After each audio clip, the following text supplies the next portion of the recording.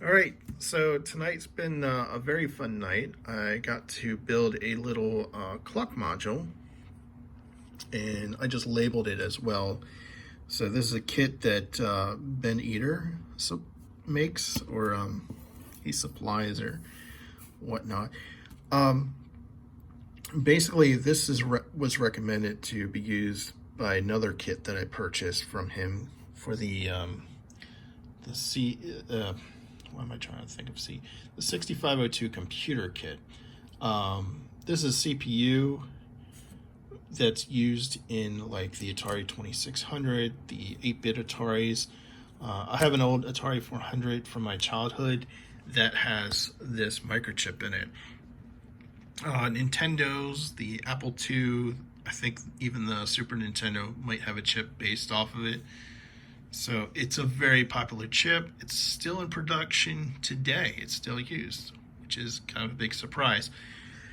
So yeah, that and the EEPROM writer and the breadboard clock module I got. Oh, and I also, I have a lot of Arduinos, but I figured I'd get this one as well since it's the specific one that he uses in a lot of his examples. So I figured why not just keep things simple and use what's in the videos.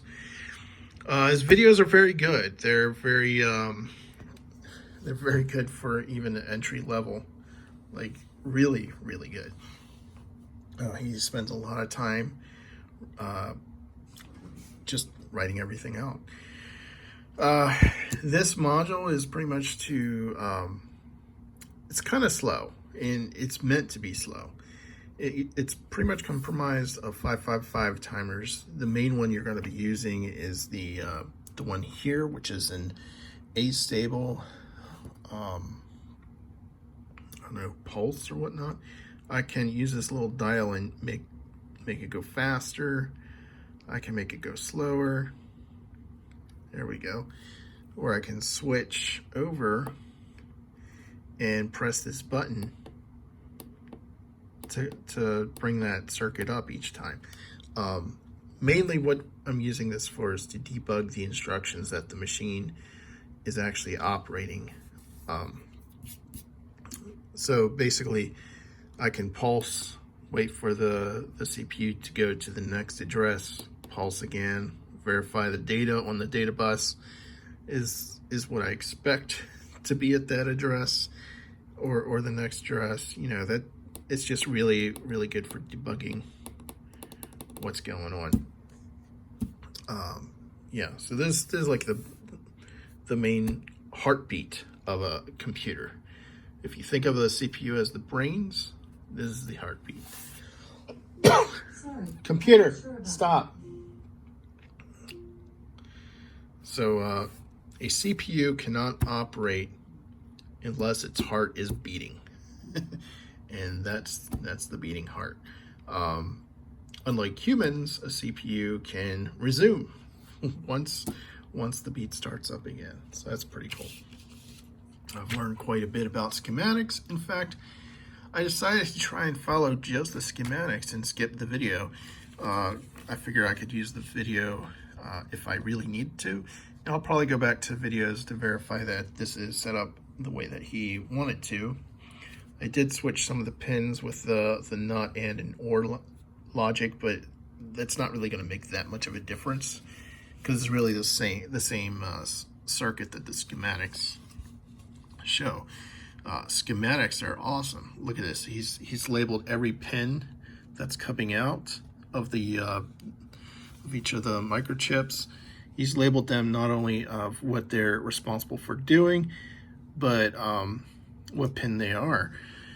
All of the resistors, he's labeled what the resistance is of each one. And then I went ahead and I didn't know what some of these symbols were, so I looked that up and I was like, okay, these are ands, nots, ors. Yeah, learned quite a bit. In fact, I didn't even realize what this symbol was. I was very confused why the arrow was pointing in the middle of the resistor, because I was like, wait a minute, it should be on the end, and why isn't the end actually going anywhere? But later I realized, oh, that's the potentiometer. He had a 1 mega ohm resistor included in the kit, so I was a little confused because at first I put in the 1 mega ohm resistor, but the potentiometer is also 1 mega ohm. And you can see I actually circled the number 3 just because that's the main clock or signal that comes out of these circuits. This is what's called a truth table, and I went ahead and I had to figure out what was going on.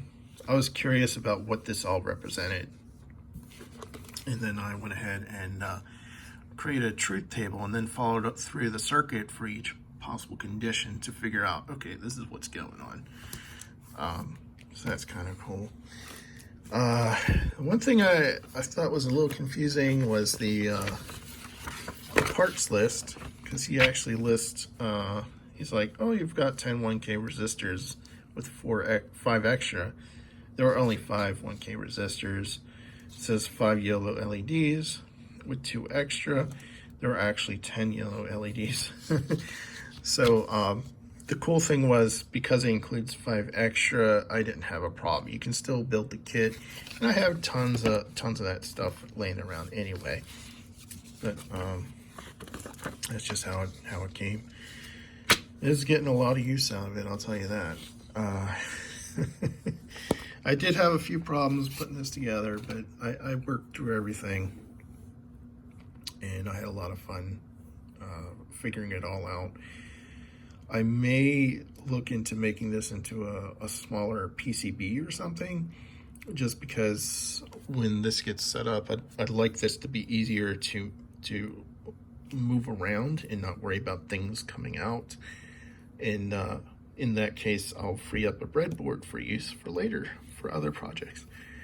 So yeah, very, very fun. Very cool project. Yay.